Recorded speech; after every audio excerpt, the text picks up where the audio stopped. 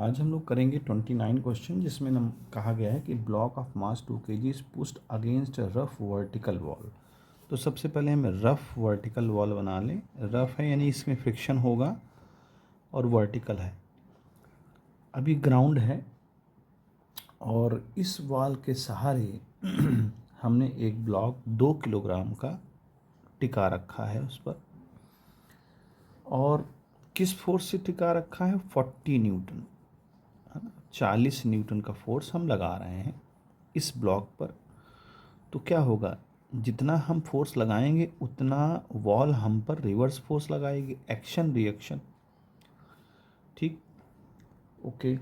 और जो static friction है इसका वो दे रखा है 0.5।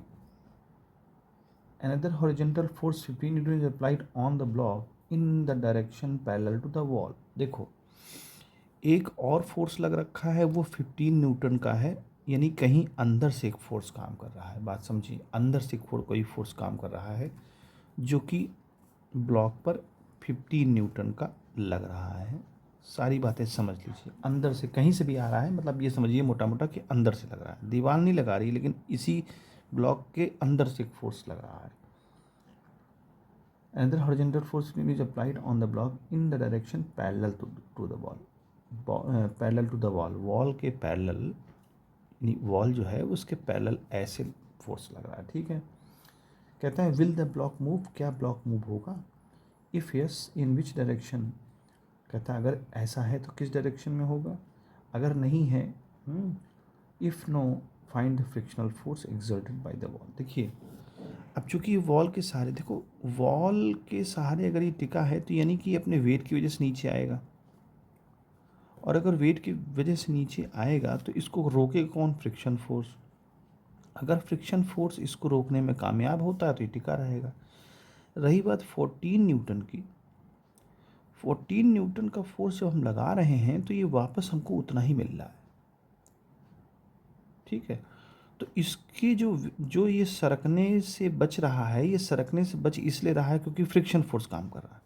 मेन यहाँ पर ये बात समझना है कि फ्रिक्शन फोर्स की वजह से ये सरकने से बच रहा है। तो अगर हम देखें फ्रिक्शन फोर्स तो कितना होगा? फ्रिक्शन फोर्स होगा म्यू इंटू आर। आर क्या होता है? Reaction force.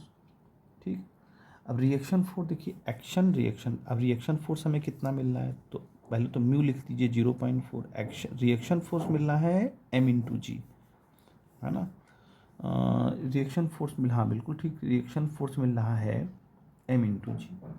नहीं सॉरी, रिएक्शन फोर्स मिल रहा है 40 न्यूटन का। क्योंकि जब हम इसको दबा रहे हैं ना तो 40 न्यूटन का हमको रिएक्शन फोर्स मिल रहा है, तो 40 न्यूटन का तो कितना आ जाएगा फ्रिक्शन फोर्स? 20 न्यूटन का। ठीक, यहाँ तो बात ही हो गई। देन उसके बाद जो फ्रिक्शन फोर्स है वो हमारा आ गया 20 न्यूटन का। अब वेट कितना काम कर रहा है? जो नीचे की तरफ वेट फोर्स लग रहा है वो कितना काम कर रहा है? मास इसका दे रखा है, मास दे रखा है हमारा 2 किलोग्राम और जी की वैल्यू 10 है, तो 20 न्यूटन का इसका वेट भी काम कर रहा है, यानी फ्रिक्शन फोर्स के बराबर काम कर रहा है। इसका मतलब ये 40 न्यूटन का जो ये फोर्स लग रहा है वो उतना ही इस पर अपोजिट लग रहा है, एक्शन रिएक्शन, है ना। तो ये फ्रिक्शन फोर्स की वजह से रुका हुआ है। अब कह रहा है कि 15 न्यूटन का फोर्स और लगा दिया गया, तो अब देखिए यहाँ पर अब कहानी बनेगी। अब 15 न्यूटन का फोर्स अंदर से बाहर की तरफ लग रहा है, ठीक है, और वेट यहाँ नीचे काम कर रहा है 20 न्यूटन का। तो हम रिजल्टेंट फोर्स निकाल सकते हैं कि कितना न्यूटन का इस पर रिजल्टेंट फोर्स लग रहा होगा। तो रिजल्टेंट फोर्स इस डायरेक्शन में कहीं लग रहा होगा, मान लीजिए थीटा एंगल पर। तो रिजल्टेंट फोर्स कितना होगा? तो रिजल्टेंट हो जाएगा, रिजल्टेंट को एफ डैश मान लें, हो जाएगा अंडर रूट 15 का स्क्वायर 225, 20 का स्क्वायर 400, यानी कि आ जाएगा 25, 625 आएगा, तो ये 25 आएगा, 25 न्यूटन का। देखो 25 न्यूटन का फोर्स इस डायरेक्शन में काम करेगा, इसका मतलब ये जो ब्लॉक है ये स्थिर नहीं रहेगा, वो इस तरफ मूव कर जाएगा। और कितने एंगल पर मूव करेगा वो? क्यों? क्योंकि फ्रिक्शन फोर्स तो ये 20 न्यूटन ही है, 20 न्यूटन तक तो ये सह जाएगा।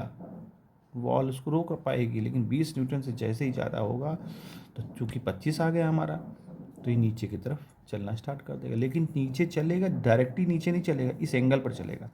तो एंगल देख लो, एंगल आएगा tan theta is equal to base upon hypotenuse. Base कितना है, अगर हम यहाँ से थीटा ले रहे हैं तो इसको अगर हम बना लें तो बेस हमारा हो जाएगा, बेस अगर हम इसको ले लेते हैं तो tan थीटा को ये ऐसे ले लेते हैं, तो tan थीटा हो जाता है हमारा 15 और 20। ये अगर इसको बेस तो परपेंडिकुलर अपॉन बेस, हाँ तो परपेंडिकुलर हमारा ये बनेगा 20 न्यूटन वाला, तो 20 20 अपॉन, तो 5 से डिवाइड कर दीजिए तो आ जाएगा 4/3। अब 4/3 का ये आएगा हमारे पास लगभग tan 53 का 4/3 होता है, यानी 30 थीटा की जगह 53 डिग्री आ जाएगा।